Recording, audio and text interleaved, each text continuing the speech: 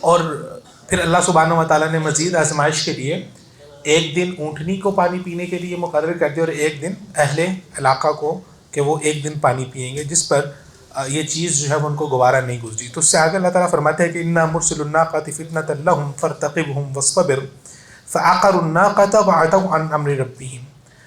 تو قوم کے سارے سردار اکٹھے ہوئے اور شیطان نے ان کے دل میں یہ بات ڈالی کہ کیوں نہ اس اونٹنی کو مار دیا جائے۔ تو انہوں نے فعقروا الناقۃ، انہوں نے اونٹنی کو مار دیا، اور مارا بھی کس طرح سے کہ اونٹنی کے جو پاؤں ہیں وہ کاٹ دیے۔ وعتوا عن امر ربہم، اور اپنے رب کی انہوں نے نافرمانی کی۔ وقالوا یا صالح ائتنا بما تعدنا ان كنت من المرسلین، حضرت صالح کو کہنے لگے کہ اے صالح، جس عذاب سے تم ہمیں ڈرا رہے ہو، اگر تم واقعی اللہ کے سچے نبی ہو تو جاؤ ہم پر وہ عذاب لے آؤ۔ تو ان کو چیلنج بھی کر دیا۔ امام ابن جریر طبری، امام آلوسی اور دیگر علماء مفسرین نے لکھا ہے کہ قوم سمود کے اندر 2 خواتین تھیں، ان میں سے ایک خاتون کا نام صدوق ذکر کیا جاتا ہے، اور وہ خاتون جو ہے وہ بہت ہی مالدار تھی، بہت ہی خوبصورت تھی۔ اس کی پہلے ایک آدمی جس کا نام اسلم ہے اس سے شادی ہوئی، لیکن اس کے بعد وہ غالباً وہ اسلم فوت ہو گیا اور جو ہے وہ یعنی کہ وہ بیوہ ہو گئی۔ فدعت ابن عم لہا، تو اس نے اپنے چچا کے بیٹے کو بلایا، اور اس کا نام تھا مصرع بن مہرج، اور اس نے کہا کہ اگر یہ مصرع تم یہ حضرت صالح علیہ السلام کی اونٹنی کو قتل کر دو گے یا اس کے پاؤں کاٹ دو گے تو میں تمہارے ساتھ جو ہے وہ شادی کر لوں گی۔ اسی طرح ایک اور عورت کے بارے میں آتا ہے، اس کا نام ہے عنیزہ، اور وہ عورت جو ہے وہ بہت بوڑھی تھی اور اس کی بیٹیاں تھیں۔ تو اس نے ایک بہت بڑا ایک خاتون جو ہے وہ حضرت صالح علیہ السلام کی قوم کی سرداروں میں سے تھی۔ تو اس نے جو ہے وہ ایک اور آدمی جس کا نام زواب بن عمر تھا اس کو بلایا، اور اس کے سامنے ایک قدار بن سالف، جو مفسرین نے ذکر کیا ہے کہ جس آدمی نے حضرت صالح علیہ السلام کی باقاعدہ طور پہ اونٹنی کی اس نے ٹانگیں کاٹی، اس کا نام قدار بن سالف تھا۔ تو اس نے قدار بن سالف سے کہا کہ اگر تم اس اونٹنی کے پاؤں کاٹ دو تو میری یہ 4 بیٹیاں ہیں، ان چاروں بیٹیوں میں سے جس بیٹی سے تم چاہو گے میں تمہاری شادی کر دوں گی۔ تو پھر یہ ان دونوں آدمیوں نے، مصرع بن مہرج اور قدار بن سالف، ان دونوں نے مل کے اونٹنی کو پاؤں کاٹ دیے، اور پھر یہ جو خاتون تھی عنیزہ، اس نے اپنی بیٹی کو کہا کہ یہ تم نیزہ پکڑو اور اونٹنی کے پاؤں میں مارو۔ تو اس نے پھر مارا اور وہ اونٹنی جو ہے وہ مر گئی۔ اب جب اونٹنی اللہ تعالیٰ کے حکم سے آئی تھی تو ایک تو ہے کہ اس نے آ کے وہ حاملہ تھی، اس نے بچہ دیا، اس کا چھوٹا سا بچہ تھا۔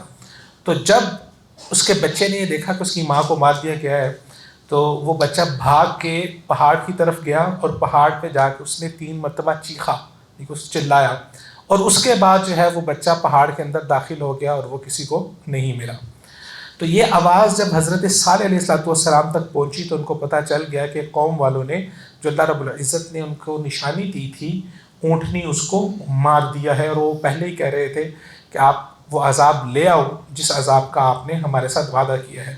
فنادوا صاحبهم فتعاطى فعقر فكيف كان عذابي ونذر۔ اللہ تعالیٰ فرماتے ہیں اذ انبعث اشقاها، جب ان کا بدبخت ترین انسان اٹھا، فقال لهم رسول اللہ ناقۃ اللہ وسقیاها، تو اللہ کے رسول نے ان کو کہا کہ اللہ سے ڈر جاؤ، یہ اللہ کی اونٹنی ہے، اس کی پانی پینے کی باری ہے، اس کو پانی پینے دو۔ فکذبوہ، تو انہوں نے ان کو جھٹلایا، فعقروها، اور انہوں نے اس اونٹنی کے پاؤں کاٹ دیے۔ فدمدم علیہم ربہم بذنبہم فسواها، تو اللہ رب العزت کا عذاب پھر ان پر آیا، فسواها، تو ان کو برابر کر دیا، ولا یخاف عقباها، اور وہ انجام سے نہیں ڈرتا۔ مفسر لکھتے ہیں کہ آپ اگر کسی انسان کے پاؤں کا یہ والا حصہ ہے، اسے ہم عام طور پہ اردو میں کہتے ہیں کھونچے کہتے ہیں، تو اگر یہ بہت نازک حصہ ہوتا ہے، اگر آپ کسی انسان کا یہ کاٹ دیں تو یہاں سے خون بہتا رہتا ہے اور خون رس کے وہ انسان جو ہے وہ مر جاتا ہے۔ تو انہوں نے یہاں سے ہی اونٹنی کے جو پاؤں کے نچلے حصے تھے وہ انہوں نے جو ہے وہ کاٹ دیے، تو وہ نہ چل سک رہی تھی اونٹنی، اس کے پاؤں سے جو ہے وہ نکل کے خون نکل کے جو ہے وہ مر گئی۔ حضرت عمار بن یاسر کہتے ہیں کہ رسول اللہ صلی اللہ علیہ وسلم نے حضرت علی سے کہا کہ علی، کیا میں تمہیں 2 بدبخت ترین انسانوں کے بارے میں نہ بتاؤں؟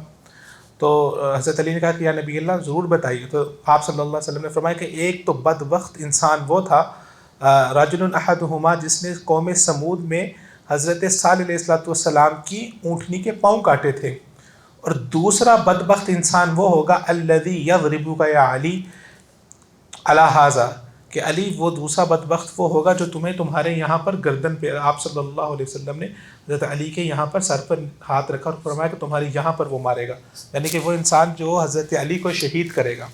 آپ نے فرمایا کہ ایک بدبخت قوم سمود میں تھا اور دوسرا بدبخت جو ہے وہ اس امت میں ہوگا جو آپ کو شہید کرے گا۔ پھر آپ صلی اللہ علیہ وسلم نے فرمایا کہ وہ آپ کے سر پہ مارے گا یہاں تک کہ حتی تبتل ہذہ، آپ نے حضرت علی کی داڑھی کو ہاتھ لگایا، فرمایا کہ تمہارے سر سے خون نکلے گا اور اتنا خون نکلے گا کہ تمہاری داڑھی ساری خون سے بھر جائے گی، لبریز ہو جائے گی۔ تو حضرت علی رضی اللہ تعالیٰ عنہ کی شہادت کی بشارت جو ہے وہ رسول اللہ صلی اللہ علیہ وسلم نے پہلے ہی ان کو دے دی تھی۔ جب حضرت صالح علیہ السلام کو پتہ چلا تو پھر انہوں نے اپنی قوم سے کہا تمتعوا فی دارکم ثلاثۃ ایام ذلک وعد غیر مکذوب، کہا کہ اب بس تمہارے پاس 3 دن ہیں، 3 دن بس تم اپنے گھر کے اندر رک جاؤ، تمہارے اوپر اللہ تعالیٰ کا عذاب آنے والا ہے۔ تو 3 علامات حضرت صالح علیہ السلام نے ان کو بتائیں کہ تمہارے اوپر عذاب آئے گا 3 دن تک۔ ان میں سے سب سے پہلے دن کیا ہوگا؟ تصبح وجوہ مصفرہ، تمہارے چہرے پیلے پڑ جائیں گے۔ پھر کہا کہ اگلے دن تمہارے چہرے سرخ ہو جائیں گے، اور فرمایا کہ تیسرے دن تمہارے چہرے جو ہیں وہ سیاہ پڑ جائیں گے، اور اس کے بعد اللہ سبحانہ و تعالیٰ کا عذاب تمہارے اوپر آئے گا۔ قرآن مجید میں سورۃ النمل میں اللہ سبحانہ و تعالیٰ نے اس کے کچھ تفصیلات مزید ذکر کرتے ہوئے فرمایا قالوا تقاسموا باللہ لنبیتنہ واہلہ ثم لنقولن لولیہ ما شہدنا مہلک اہلہ وانا لصادقون۔ تو انہوں نے کہا یہ تو حضرت صالح علیہ السلام جو ہے وہ تو اب ہمیں جو ہے وہ اللہ کے عذاب سے ڈرا رہے ہیں، تو ہم نے پہلے تو اونٹنی کو قتل کیا تھا، اب ایسا کرو کہ حضرت صالح کو قتل کر دو۔ تو انہوں نے آپس میں ایک پلان بنایا، جب پلان بنا لیا تقاسموا باللہ، تو انہوں نے قسمیں اٹھا لی کہ ہم ایسا کریں گے کہ رات کے کسی وقت جا کے حضرت صالح پر حملہ کر دیں گے، اور صبح جو ہے وہ جب ان کے ولی آئیں گے، ان کے خاندان والے آئیں گے، تو ان کو کہہ دیں گے ما شہدنا مہلک اہلہ، ہم تو اس جگہ پر موجود ہی نہیں تھے، وَإِنَّا لَصَادِقُونَ، ہم سچے ہیں، اور ہم یہ 4-5 لوگ جو ہیں ہم نے مل کے جو پلان کیا ہے، جب ان میں سے کوئی گواہی دینے والا ہی نہیں ہوگا تو پھر کس طرح ہمارے اوپر کوئی کیس ہو سکتا ہے یا ہمارے اوپر جو ہے کوئی دیت یا کوئی معاملہ ہو سکتا ہے۔ تو انہوں نے اس طرح سے حضرت صالح علیہ السلام کے بھی قتل کا پلان بنا لیا۔ پھر آگے سورۃ النمل میں اللہ تعالیٰ فرماتے ہیں وَمَكَرُوا مَكْرًا وَمَكَرْنَا مَكْرًا وَهُمْ لَا يَشْعُرُونَ۔ تو اللہ تعالیٰ فرماتے ہیں کہ ایک پلاننگ انہوں نے کی تھی اور ایک پلاننگ ہماری تھی، ایک پلاننگ ہم نے کر رکھی تھی، وَهُمْ لَا يَشْعُرُونَ، اور وہ ہماری پلاننگ سے بالکل لا علم تھے۔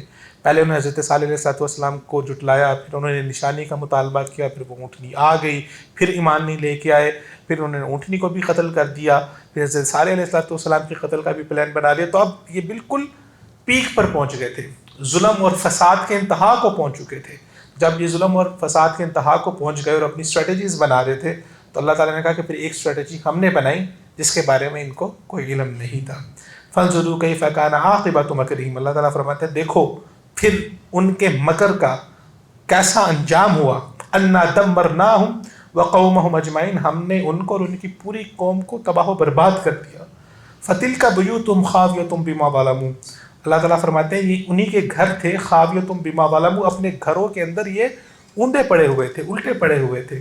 ان فی ذلک لآیۃ لقوم یعلمون، اللہ تعالیٰ فرماتے ہیں اس میں علم رکھنے والی، سمجھنے والی قوم کے لیے نشانی ہے۔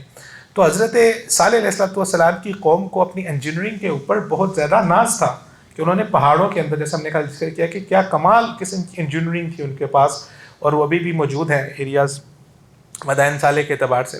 تو آپ جب جا کے دیکھیں تو آپ دھنگ رہ جاتے ہیں، یعنی کہ ایک پہاڑ کے اندر ایک چھوٹا سا دروازہ، اور اندر جائیں گے، اندر آپ کو ایک بڑا صحن، پھر اس کے اندر چھوٹے کمرے، پھر الماریاں، پھر کچن کی جگہ علیحدہ، پھر ایون گھر کے اندر وہ مردوں کو دفناتے تھے۔ اگر آپ نے کبھی جو ایجپشن سویلائزیشن کو دیکھا ہو تو وہ بھی دیواروں کے اندر ممیز کو جیسے دفناتے ہیں، وہ دفنانے کی جگہیں الگ بنی ہوئی، پھر ان کا پارلیمنٹ ہاؤس الگ سے ہے، پھر ان کے پورے پہاڑ کے اوپر آپ چڑھ کے دیکھیں گے تو پورے کا پورا شہر بسا ہوا ہے۔ تو ان کو یہ تھا کہ ان سے پہلے قوم عاد پر عذاب آیا تھا، اور قوم عاد پر کیا عذاب آیا تھا؟ ہوا تند و تیز چلی تھی، تو اللہ سبحانہ و تعالیٰ نے ان کو اڑا کے پھینک دیا، اور وہ ان سے بھی زیادہ جو ہے نا، جیسے شروع میں ہم نے پڑھا تھا کہ یہ ان کی عمریں اور ان کے قد بہت لمبے تھے، تو قوم عاد والے ان سے بھی بہت لمبے تھے۔ تو ان کے ذہن میں تھا کہ اگر قوم عاد کے اوپر کوئی ہوا کا عذاب آ گیا تھا، ہم تو پہاڑوں میں رہتے ہیں، تو ہمارے اوپر کیسے عذاب آ سکتا ہے؟ تو اللہ تعالیٰ فرماتے ہیں کہ یہ اپنے اس کمال کی انجینئرنگ کے اندر، آج بھی انسان کو اپنی انجینئرنگ کے اوپر، اپنی ڈیولپمنٹ کے اوپر، اپنی ترقی پہ بہت اس کو ناز ہے کہ میں آسمان پہ پہنچ گیا، میں چاند پہ پہنچ گیا، میں نے چاند پہ جا کے قدم رکھ لیا. اب تو یہاں سے مارس پہ جانے کی تیاری کی جا رہی ہے کہ آگے جو ہم نے گلوبلائزیشن کے اندر جو ہم نے کام کر دی ہے تو شاید ہم مارس پہ چلے جائیں گے. تو انسانوں کو بہت ناز ہے اپنی ترقی کے اوپر. جب اللہ کا عذاب آتا ہے تو پھر یہ ترقی جو ہے وہ دھری کی دھری رہ جاتی ہے. ہم نے کووڈ کے اندر دیکھا کہ کس طرح سے صرف ایک چھوٹے سے مرض نے پوری دنیا کو ایک سیکنڈ کے اندر روک کے بند کر کے رکھ دیا، کہ پوری دنیا کا سارا سسٹم بند ہو گیا.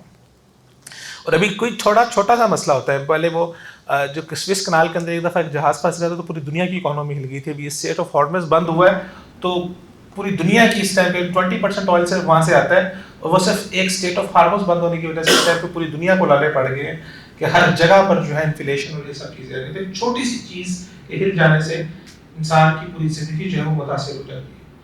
یہ انسان کی ترقی کی اوقات ہے جو اللہ سبحانہ و تعالیٰ انسان کو دکھانا چاہتے ہیں. کل نبی فیہا، اللہ تعالیٰ فرماتے ہیں کہ ان کو کسی چیز نے فائدہ نہیں دیا.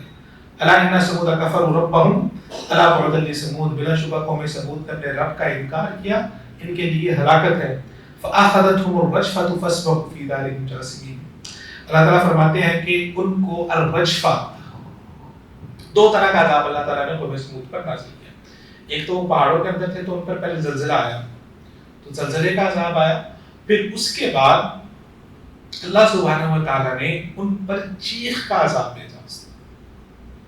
چیخ کا عذاب ایسا ہے کہ ہر ایک چیز کی یا ہر ایک زیرو کی ایک فریکوینسی ہے، وہ اسپیسیفک فریکوینسی کے اوپر سن سکتا ہے. ہماری فریکوینسی ہم اس سے لو فریکوینسی پہ نہیں سن سکتے. بلی کی فریکوینسی ہم سے زیادہ ہے. اسی طرح اور جانوروں کی زیادہ. آپ کبھی یوٹیوب پہ جائے گا فریکوینسی کی نا ایک نوٹ آتا ہے، وہ آپ سنیے گا تو فریکوینسی نا آہستہ کم ہونے شروع ہوتی ہے، تو ایک پوائنٹ آتا ہے جس کے بعد آپ کو وہ آواز نہیں آتی، وہ بند ہو جاتی ہے. اچھا، وہ اس سے نیچے اگر آپ بلی کو سنائیں گے وہ آواز بلی کو آتی ہے. اور اگر آپ فریکوینسی زیادہ بڑھا دیتے ہیں، آپ نے کبھی دیکھا ہوگا کہ آواز کبھی نا کوئی چیز کی آواز، کوئی لوہے کی چیز کبھی کسی چیز کے ساتھ اس کو رگڑا جاتا ہے نا تو وہ ایک آواز نکلتی ہے جو آپ اندر سے نا وہ ایک دفعہ کھینچ دیتی ہے. تو آواز کا جو تعلق ہے فریکوینسی کا، یہ بہت گہرا تعلق ہے. تو وہ اللہ سبحانہ و تعالیٰ نے وہ ان پر چیخ کا عذاب بھیجا کہ وہ آواز آئی، اس کی فریکوینسی بڑھتی گئی. اتنی فریکوینسی بڑھ گئی، جو فریکوینسی کبھی زیادہ بڑھ جائے تو آپ کے کانوں کے پردے پھٹ جاتے ہیں. تو پہلے کانوں کے پردے پھٹے، کانوں کے اندر سکون نکلنا شروع ہوا، پھر ناک سکون نکلنا شروع ہو جاتا ہے، دماغ پھٹنا شروع ہو جاتا ہے. حتیٰ کہ وہ اپنے گھروں کے اندر بیٹھے ہوئے تھے، وہ کبھی گمان بھی نہیں کر سکتے کہ ہم اتنے بڑے بڑے پہاڑوں کے اندر بیٹھے ہوئے ہیں. اس فریکوینسی نے ان کے گھروں میں بیٹھے بیٹھے، اس چیخ نے ان کے دلوں کو پھاڑ کے رکھ دیا کہ دل پھٹے کے پھٹے رہ گئے. اور پھر جب اللہ تعالیٰ کا عذاب آیا تو پوری کی پوری قوم ایک ہی لمحے کے اندر اس عذاب کو برداشت نہ کر سکی. اور جب زلزلہ آیا تو وہ ایک اوپر دوسرے کے نیچے دوسرا تیسرے کے اوپر جو گرا ہوا تھا. اگر آپ نے کبھی کووڈ کی ویڈیوز دیکھی ہو تو جب لاشیں گرتی ہیں نا تو وہ ایسے بڑی ہوتی ہیں کہ انسان دیکھ کے ایک دفعہ پریشان ہو جاتا ہے. ایک دفعہ ہمیں یاد ہے کہ 2000 غالباً 17 کی بات ہے یا 18 کی بات ہے، اس سال حج پہ جو ہے نا وہ لوگ نکل رہے تھے تو حج کے اندر بگدڑ مچ گئی تھی. تو وہ جب لوگ جو ہے نا ایک دوسرے کے ساتھ جب بھاگتے ہیں تو اس میں پھنس جاتے ہیں. وہ جب ہمارے ایک ساتھی تھے، میں بھی اس میں حج پہ تھا لیکن ہم آگے چلے گئے تھے، لیکن وہ اس جگہ پہ جب بھگدڑ ہوئی تھی تو وہ وہاں پر پھنس گئے تھے. اور انہوں نے اپنے آنکھوں دیکھا حال بتایا کہ جیسے کوئی دلدل ہوتی ہے نا، وہ ایک انسان کے اوپر دوسرا، جیسے آپ نے کبھی دیکھا ہوگا کہ ڈور ہوتی ہے اور ڈور کے اندر جب جو ہے نا وہ گھسنے پڑ جاتی ہیں تو وہ کھلتی نہیں ہے. اس طرح وہ انسان کے اوپر انسان آ جاتا ہے کہ انسان ایسے بیچ میں پھنس جاتا ہے کہ انسان نکل نہیں سکتا. وہ ایسے آپ کو لگے گا کہ جیسے انسانوں کا پہاڑ بنا ہوا. ایسے اللہ تعالیٰ فرماتے ہیں کہ وہ ایک دوسرے کے اوپر گرے پڑے ہوئے تھے. الا ان ثمود کفروا ربهم الا بعدا لثمود. اللہ تعالیٰ فرماتے ہیں کہ قوم ثمود نے سب کچھ دیکھنے کے باوجود اللہ سبحانہ و تعالیٰ کا انکار کیا. اللہ تعالیٰ فرماتے ہیں کہ قوم ثمود کے لیے ہلاکت ہے، تباہی ہے، بربادی ہے. تو ہم نے گزشتہ پہلے قوم لوط کے اندر جب ہم نے بات کی تھی، قوم صالح ان شاء اللہ آگے بھی ہم تذکرہ کریں گے، تو ہم نے یہ اسپیسیفکلی اس چیز کے اوپر غور کیا تھا کہ ہر وہ قوم جس کے اندر ایک برائی جس کی وجہ سے اللہ سبحانہ و تعالیٰ نے ان کو صفحہ ہستی سے مٹا دیا، ان پر عذاب بھیجا، ان تمام برائیوں اور گناہوں کو اگر ہم جمع کریں تو آج ہمارے اندر پائی جاتی ہے. اللہ سبحانہ و تعالیٰ سے دعا ہے کہ اللہ سبحانہ و تعالیٰ ہمیں سمجھنے کی توفیق عطا فرمائے. اقول قولی ھذا استغفر اللہ لی ولکم وللمؤمنین والمؤمنات. السلام علیکم ورحمۃ اللہ وبرکاتہ.